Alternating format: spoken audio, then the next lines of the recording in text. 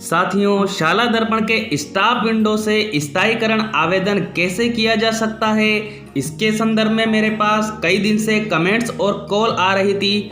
तो साथियों, स्वागत है आपका रामनिवास मेहरा के साथ और देखते हैं संपूर्ण प्रक्रिया इस वीडियो के माध्यम से कि शाला दर्पण के स्टाफ लॉगिन पैनल से आप स्थायीकरण के लिए आवेदन कैसे कर पाएंगे, इसकी संपूर्ण प्रक्रिया। तो आप बने रहिए वीडियो के अंत तक। आप जब स्टाफ लॉगिन के माध्यम से लॉगिन करेंगे तो इस तरह का पेज आपके सामने डिस्प्ले होगा। अब यहाँ हमें ये जो 3 वाइट्स लाइन दिखाई दे रही है, इस पर क्लिक करना है। जैसे ही हम इस पर क्लिक करते हैं, अन्य कई तरह के ऑप्शन हमारे सामने खुल के आते हैं। यहाँ एक ऑप्शन है साथियों फॉर्म का, तो इस फॉर्म वाले ऑप्शन पर हमें क्लिक करना है। अब जब हम इस पर क्लिक करते हैं तो हमारे सामने और ऑप्शन आते हैं। इसमें साथियों ये रहा नीचे एप्लीकेशन फॉर डिपार्टमेंटल सर्विस, तो इस वाले ऑप्शन पर हमें क्लिक करना है। अब जैसे ही हम इस पर क्लिक करेंगे, एक ऑप्शन और हमारे सामने यहाँ नीचे की ओर खुलेगा फॉर्म्स का, तो इस फॉर्म्स वाले ऑप्शन पर हमें क्लिक करना है। चलिए साथियों, मैं भी क्लिक कर लेता हूँ।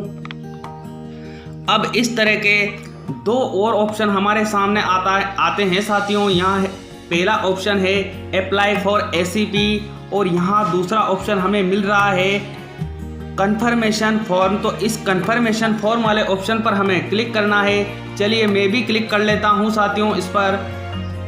अब इस तरह से अगला प्रपत्र हमारे सामने खुलकर आएगा। यहाँ ऊपर साथियों, यदि आप स्थायीकरण आवेदन से संबंधित जो डायरेक्शन है वो डाउनलोड करना चाहते हैं तो हमें यहाँ ऊपर दिया हुआ है click here for direction regarding fixation. तो यहाँ से जैसे ही हम क्लिक करेंगे, हमारे सामने पीडीएफ में आपके डायरेक्शन डाउनलोड हो जाएंगे। अब बात करते हैं अपन इस प्रपत्र की। तो साथियों यहाँ लिखा हुआ है प्रोबेशनर ट्रेनी के स्थायीकरण हेतु आवेदन फॉर्म। साथियों आपको बिल्कुल ज्ञात होगा कि अब हमारा जो स्थायीकरण होगा वो निश्चित ही शाला दर्पण के इस लॉगिन पैनल से आवेदन करने के उपरांत ही होगा। तो मैं यहाँ इस वीडियो में स्टेप बाय स्टेप आपको उसकी संपूर्ण प्रक्रिया बताऊँगा, तो आप वीडियो को अंत तक अवश्य देखें। जब हम यहाँ नीचे की ओर चलते हैं तो यहाँ साथियों हमें मिलता है कार्मिक का नाम।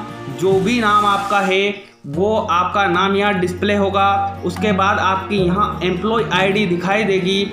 उसके बाद आपका यहाँ मूल पद दिखाई देगा। उसके बाद यहाँ आपका विषय आपको दिखाई देगा। साथियों ये संपूर्ण जानकारी हमारी जो शाला दर्पण पर हमने प्रपत्र 10 भर रखा है वहाँ से उठकर आती है। तो आप इस बात का ध्यान रखें कि यदि यहाँ कोई गलती आ रही है तो पहले आप प्रपत्र 10 को विद्यालय लॉगिन से अपडेट करें, उसके बाद ही इस आवेदन को करें। अब आगे की हम बात करते हैं साथियों। यहाँ पर हमें मिलता है नियोक्ता अधिकारी का चयन करने का ऑप्शन। तो यहाँ एक सेलेक्ट का हमें ऑप्शन दिया हुआ है। जैसे ही हम इस पर क्लिक करेंगे, हमारे सामने जो सूची है आपकी नियुक्ति किस अधिकारी ने की है उसकी यहाँ हमें डिस्प्ले होगी। अब जिसने भी आपकी नियुक्ति की है उसको यहाँ से हम चयन कर लेंगे। ध्यान रखना साथियों, केवल मैं एक डेमो वीडियो बना रहा हूँ। संपूर्ण प्रक्रिया आपको आपके सोच और विचार से ही करनी है। मैं सिर्फ आपकी सहायता कर रहा हूँ। अब यहाँ नीचे की ओर जब हम चलते हैं, हमें और ऑप्शन मिलते हैं जिला चयन करें। तो साथियों यहाँ क्लिक करके हमें हमारा जिला सेलेक्ट करना होगा। अब अगला जो ऑप्शन हमें यहाँ मिल रहा है मेरिट नंबर।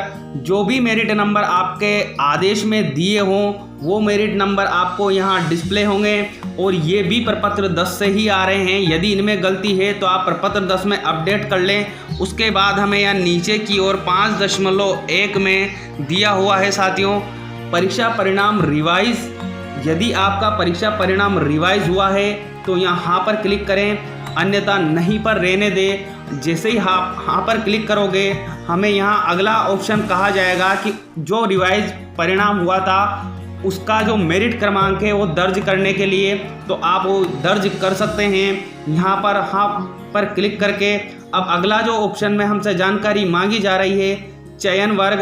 आपका चयन किस कैटेगरी में हुआ था उसकी जानकारी आपके सामने यहाँ डिस्प्ले होगी और ये हमें लॉग बता रहा है क्योंकि यहाँ से हम इसे चेंज नहीं कर पाएंगे। मैं फिर याद दिला दूं कि ये प्रपत्र 10 में हमें चेंजेस करने पड़ेंगे।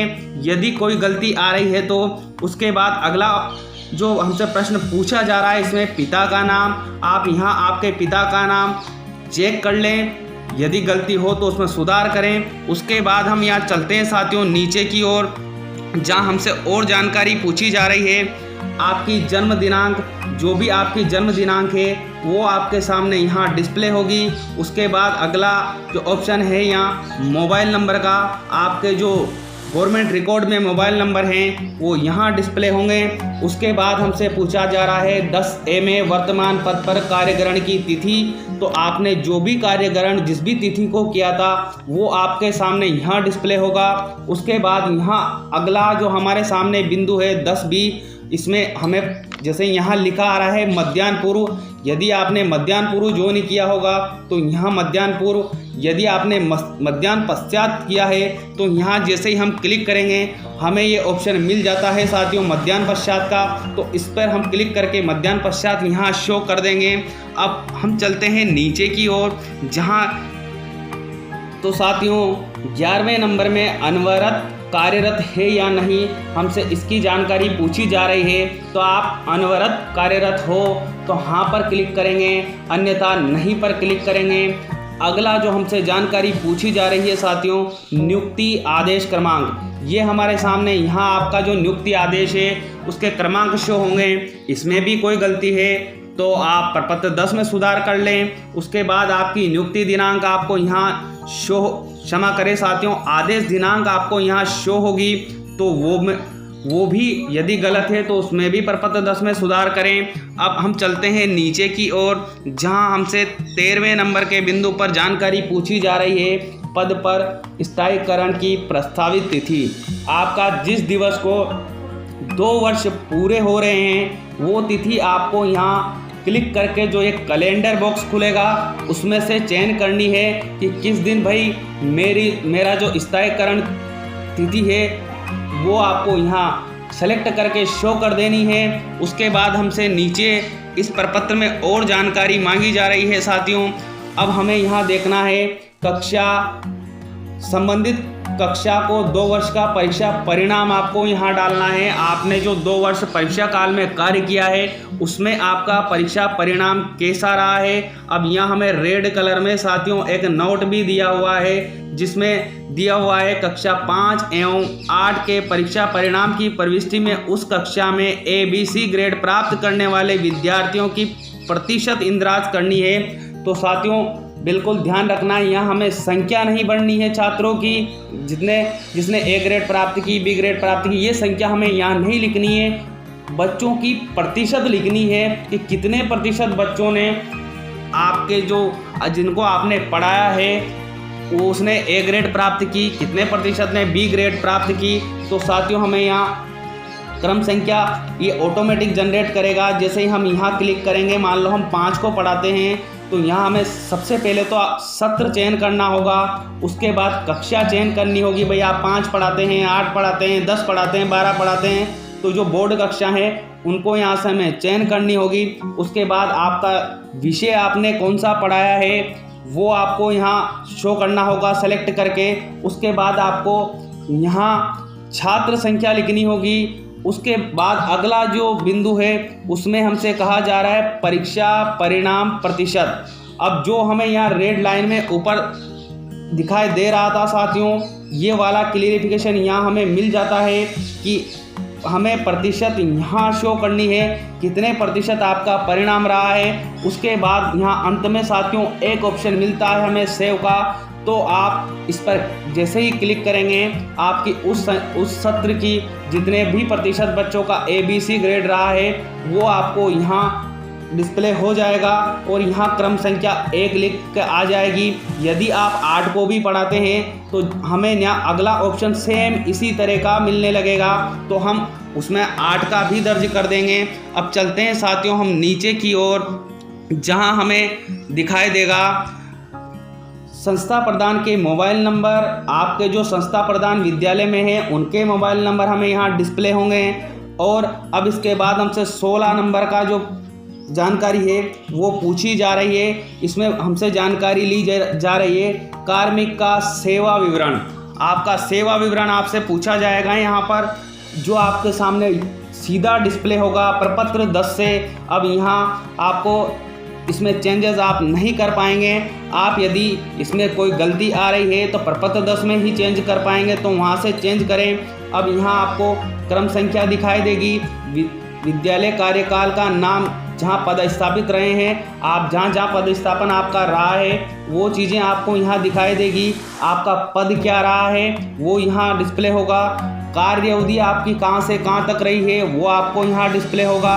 अब साथियों इस तरह से हम जो भी हमारा सेवा विवरण है वो यहाँ से देख लेंगे और उसमें कोई गलती है तो उसमें प्रपत्र 10 में सुधार करेंगे।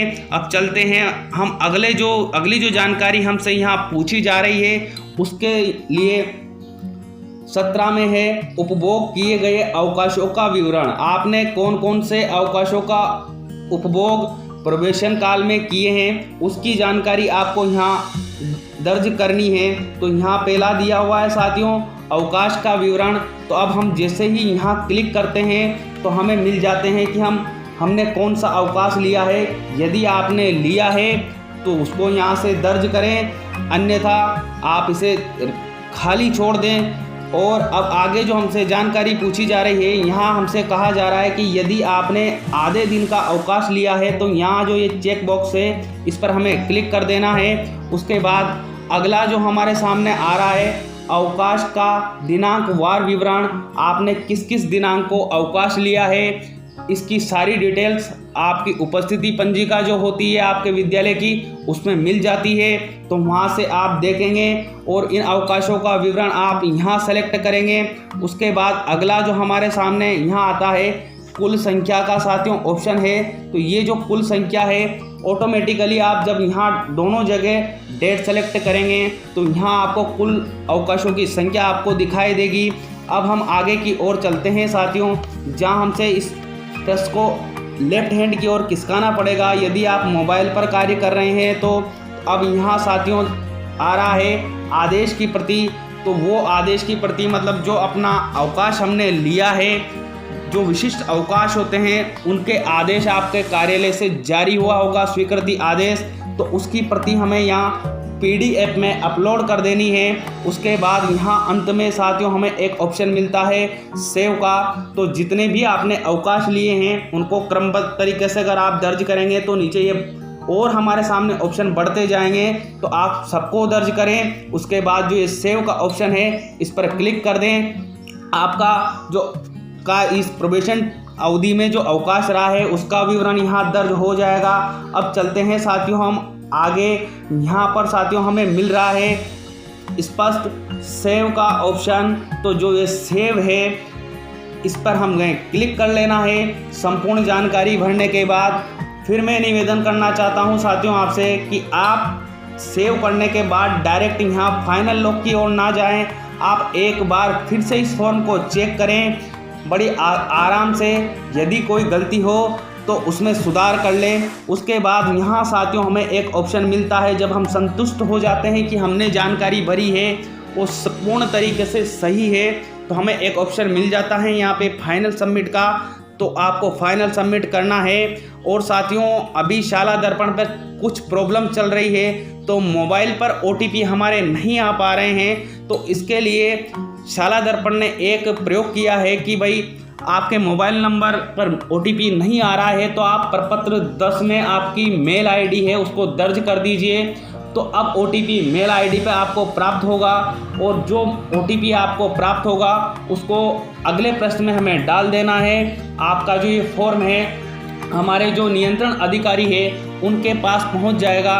अब साथियों बात करते हैं थोड़ी सी ऑफलाइन वाले जो प्रपत्र हमें क्या क्या देने होंगे। तो इसके लिए मैं आपको सबसे बढ़िया और सबसे सटीक तरीका बताता हूं कि आपको ये आवेदन कर देना है, फिर अपने नियंत्रण अधिकारी के पास जाना है, उनसे कहना है कि सर हमें कौन कौन से डॉक्यूमेंट इसमें लगाने हैं, कौन सा प्रपत्र होगा। तो निश्चित है वो आपकी हेल्प करेंगे और आपको प्रपत्र दे देंगे। जो भी वो प्रपत्र मांगते हैं उनको आप पूर्ण तरीके से सही भर के उनको दिखा दें। यदि वो संतुष्ट हो जाते हैं तो निश्चित है आपका स्थायीकरण हो जाएगा और आप बधाई के पात्र होंगे। मिलते हैं इसी तरह के वीडियो के साथ, तब तक के लिए बाय बाय, टेक केयर।